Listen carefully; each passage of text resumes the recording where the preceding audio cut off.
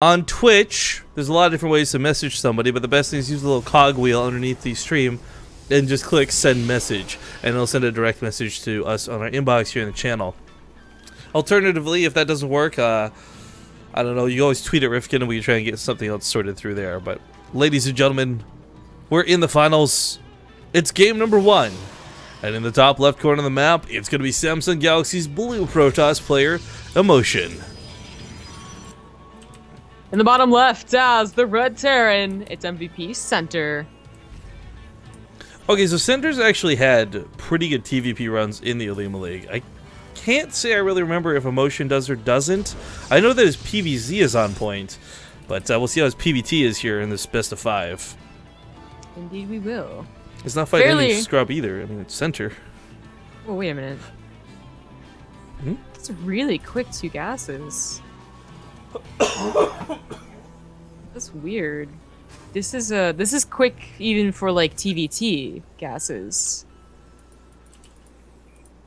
I'm a little confused. Yo, what if, right, hear me out, what if Center is crazy enough to play Mech versus Protoss? I mean, it's possible, and it may be going into like a Banshee build here after a Reaper, but that's gonna be weird. It's gonna be I think that, okay, so the idea of actual mech, like the tanks and Hellbats as we know them, is it's got a place, but it's not so viable in the matchup. But we've actually seen Banshees wreck Protoss players who are unprepared for them. Well, that's certainly true. Banshee are just such an uncommon thing that you're not going to be prepared, even though the tools that you have are pretty perfect against it. You know, basically, usually an Observer and a Mothership overcharge, the Mothership Core. That's a lot of the reason why we just don't do it anymore as Terran players. But if you're not prepared, you're not prepared. And if you do like a cheese build, like your own like a Blink Stalk or something like that without a detection, it could be your savior. But it's still such an odd thing to see. I mean, Gumiho does a couple of mech pushes. Maru does openers with Banshees. Fantasy might even do like 1 or 2. But to see it in a OlimoLeague, I would expect it to be like Journey. You know, like he's kind of like weekly guy who's seen do like really odd builds, really mix things up. Dude, Nazfalas kicking ass at the spam, by the way, but he's also like got a mech or something to do your face and my face. That's awesome. You know what now? Look at chat. He's like spamming like on a macro or something. Oh, the dance. Okay, so this. Wait, this isn't gonna just be like regular 111. No, it's just, yeah, Helling drops, I think. But I was also expecting a tech lab coming down on the barracks, not a marine. That'll be interesting. Of course, one of the biggest fears with any sort of opening you're doing as a Terran player, 3 racks, fast expand, even something weird like mech. Your biggest, greatest fear is, do you have what it's going to take to stop an Oracle from killing you? Yeah. Well, the mines that are coming up, he would. Plus, he scouted it was a Nexus. So these are going to get some kills. That Stalker did not actually shoot the Hellions at first.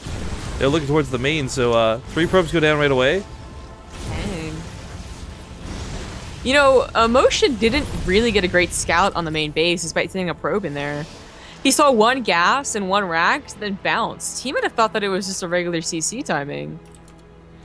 This is unfortunate. What am I seeing across the map? There's no detection for this. The robo's only just begun.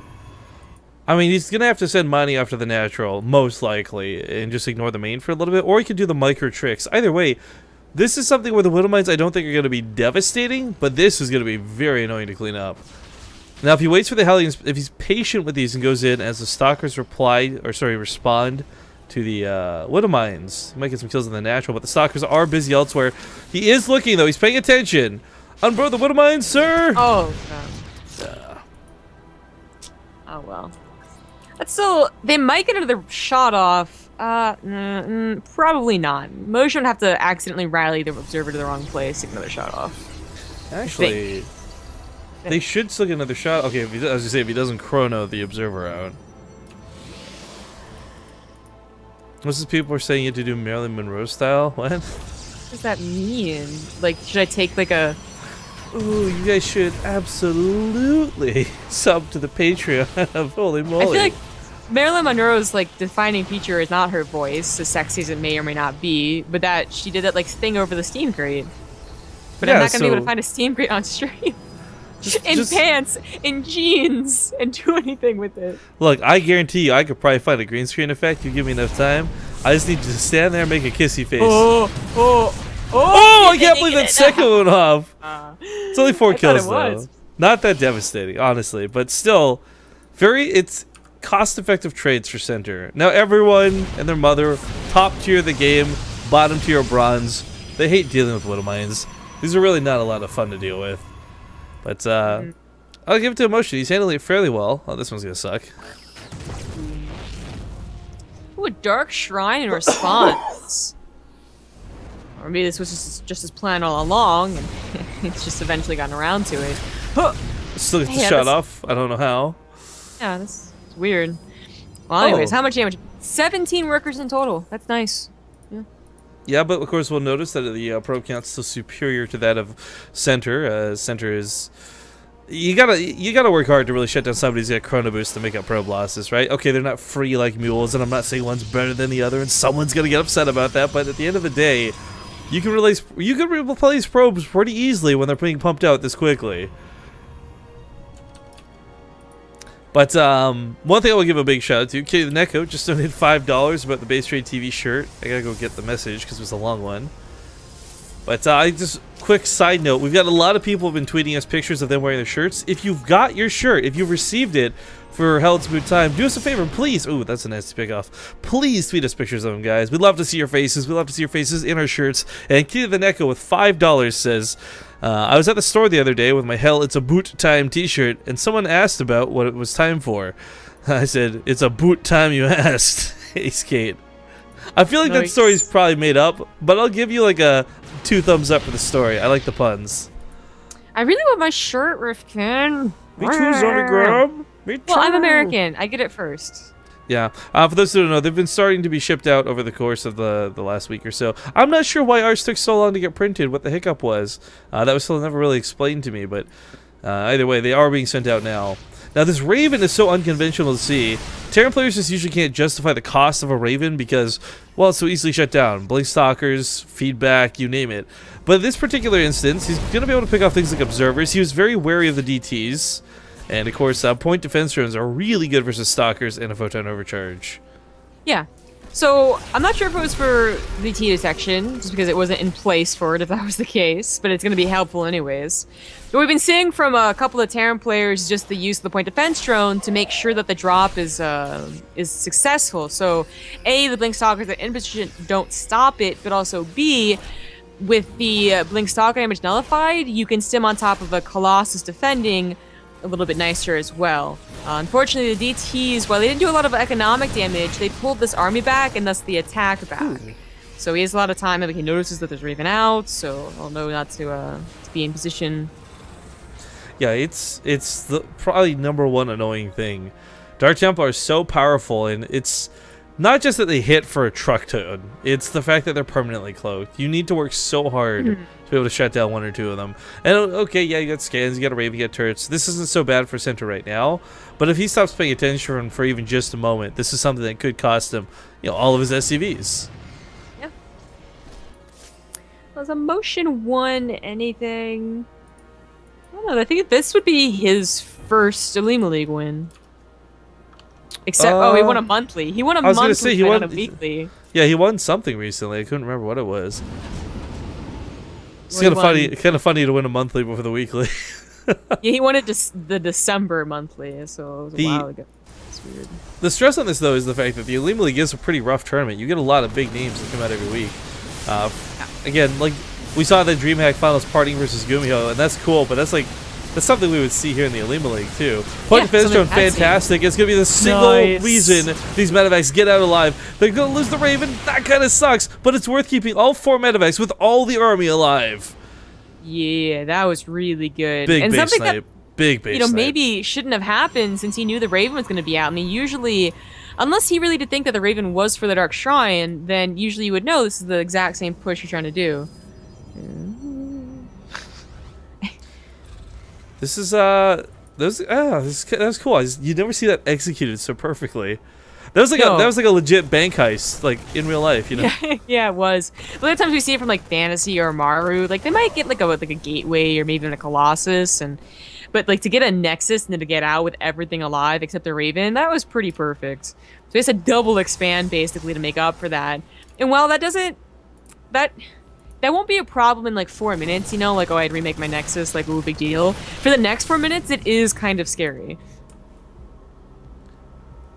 I really like that Center's kept on the Widow Mines for this too. It's unfortunate because it's kind of the trade out of Widow Mines instead of a lot of Vikings and instead of a lot of other production, but I mean, I think every Terran player who starts going Marauder heavy like this starts fearing the Zealots. You just there's no great single best way to deal with them outside of Widow Mines. Yeah. And even then, like, this kind of relies on your opponent derping and just clumping all the Zealots together. I believe he scanned the main. No, he scanned the third. Okay, so the main. Hey, I wasn't right or wrong. So the Observer has eyes on the medevac drop, and that's why he is doing such a great job at splitting up. But really, even with all the Blink Stalkers there, yeah, it might still be worth to do the drop. Like, one goes down without unloading much, but that's still only Blink Stalkers. But nice focus fire in the medevac. Distracts, and the natural base is wide open. There's a cannon here to defend. So quad drops coming down over here as well. Widow Mine's going to be in place for this as well. Might go for the Colossus on the left side. No, goes for the Colossus on the right side instead. Trading out this many Marauders for a Colossus, kind of hard to justify, but the Widow Mine shots help him make up for that for sure. No detection immediately nearby. I don't know if that was worth it. Can you hear that? Hear what? Okay, good. Okay. Ooh, nice shot. I got dogs over and they're barking. Oh, you got dags? Do you like dags? Dags. Dog eggs. Dags. Yeah. Anyways, so good you can't hear it. So the upgrades are finishing up for Emotion. That's really good. I mean, really, most of Protost's game plan is to survive until you get a really good army. But especially when you go for Double Forge. Yeah. I mean, I guess, okay, so while that attack was kind of not great out of center, once again, same problem comes with the focus fire. I mean, he's really keeping Emotion in check. Emotion's not really getting away with much. And even these drops are trading out somewhat cost effectively. I like that pre-scan too, like, are there GTs? I don't know. Kind of posturing here outside those Colossus. Yeah, he's still very much intentionally playing without Vikings, which I don't think is bad. We've seen some players pull this off really well, but it's just not getting that same, like, that huge army engagement is not really happening. There's no big fight. That's a great Widow Mine shot, holy moly. But, yeah, every time he comes in, the Colossus just clean it up and he has to walk away. Whereas, like, if he had Vikings, maybe he could actually take on that Colossus count. And I'm not even saying, like, stack up, like, 15 Vikings, but just a couple, even. There's a point of, diminishing returns for this type of style, And, it's hard to say when exactly that is, because all it does take is one good Doom drop. One mess up on the split from the Protoss to suddenly turn it around, even if the past 5 drops haven't worked out. All about that persistence. I believe those Widow Mines are going to rearm. Oh, did they? Damn. Oh, well. They got cleaned up either way. But it's hard to say really where center is at. I think when you're going to the 4th command center, you should be thinking about making this Vikings. Unless you know that you have taken on so many Colossus with just the bio that you can be okay without it. But really, he's only taking on 1 Colossus, I believe, in all of these drops. Yeah, this is when he's stemmed to the side. I mean, again, he's not really traded out the army so effectively. It's a lot of Stalkers that have been going down trying to pick up drops, but that's kind of where it ends. Now he's trying to distract on the left side. Sadly, it didn't work. Didn't fall for it. Big attack on the right side, spotted by DT that's trailing the army. What am I talking to borrow? These Zealots going to feel the pain here in just a second. Boom! Most of them go down.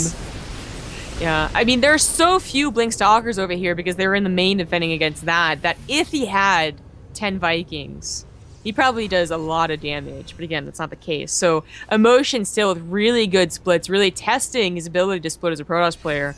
They're doing a great job so far. Now Center, I think, is going to stop producing those medevacs. They're the Vikings, the 2nd starport, as well as the Ghost Academy, thinking that High Templars might be on the way. When actually, he has done so much damage that he doesn't need the Ghosts necessarily. I like the Ghost Academy, though, for the fact that EMP will also help reveal DTs in a clutch. Oh, one more shot. Ooh. Cancels most of that warp, and that's huge. But unfortunately, doesn't quite have a lot of home. See if the Marauders can hold. Yeah, looks like they got this. Third upgrade for Emotion has not been started either. It might be on purpose. It's the attack upgrade, not the armor, so it's okay, if not ideal. But Center's on his way to his own decent enough upgrade. Trying to upgrade those Vikings too. Usually something that we've already seen, but as he didn't go Vikings, there was really no reason to. But having that armor or the attack, it's kind of a stylistic choice for the Terran, can be very fantastic and be very good for Vikings. So I mean, this is kind of funny, but also good on Emotion. Worker count's still fairly even, but Center's killed 40 probes and a whole Nexus over the course of the game. Yeah. Once again. Oh! No. So we wish you had point defense drone again, right? In fact, this army might be better off not going towards the main, but unloading here and flanking from behind. Because Center, he doesn't have the Viking count to really just A-move into this. Even though he's spreading out right now, I think a Protoss player sees this kind of a spread. Put that in air quotes, a spread. Like, if I can type. And, I don't know. Like, I really think, even with the best EMPs, this is still going to be an incredibly difficult fight to take. Oh! He's going to lose those so crucial medevacs. But maybe realizing the Stalkers are here might go towards the main now? No, he's just going to come back and rally. He does not quite have the perfect army against this. There are only... I don't know. There are only 7 Vikings. They're about to be 11. Plus, is also about to finish. The EMPs are going to help out a lot. Unfortunately, they do go mostly on the Stalkers, more than the Zealots even. More than the Colossus even. And I don't think Center's going to hold this. SCVs are doing a great job on the left side, sort of baiting the Zealots, but nothing kills the Colossus. I think 1 Colossus, maybe almost 2 goes down in that fight. Yeah. Center was really hyperactive this game, and I mean, credit goes to him because he did a lot of good damage, but at the end of the day, if you can't stop that final attack, if you can't hold that defense, it doesn't matter. And Emotion will take game number 1. But I definitely wouldn't count Sandro out just yet. I mean, he just played a really good game. He played a weird style where he chose not to go for Colossus.